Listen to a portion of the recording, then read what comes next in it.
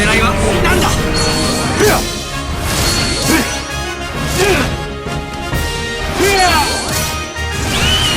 貴様は伝説の力を呼び起こす鍵となる存在。我々アブソリューティアンにとって超危険分子と判断された。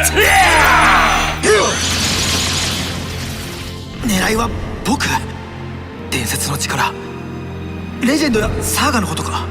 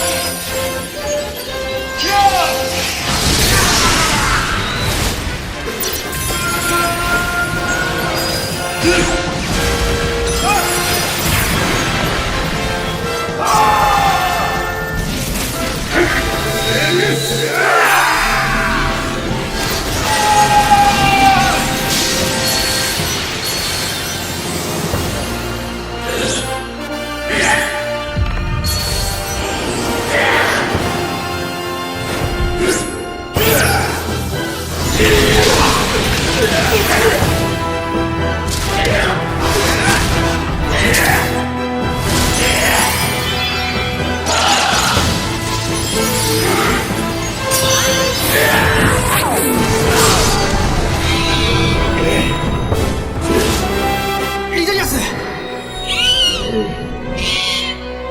分かった。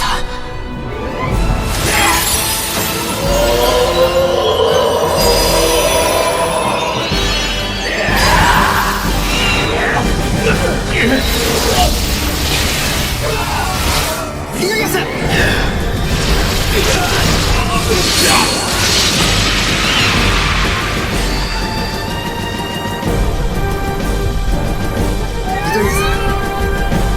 大丈夫か。よかっ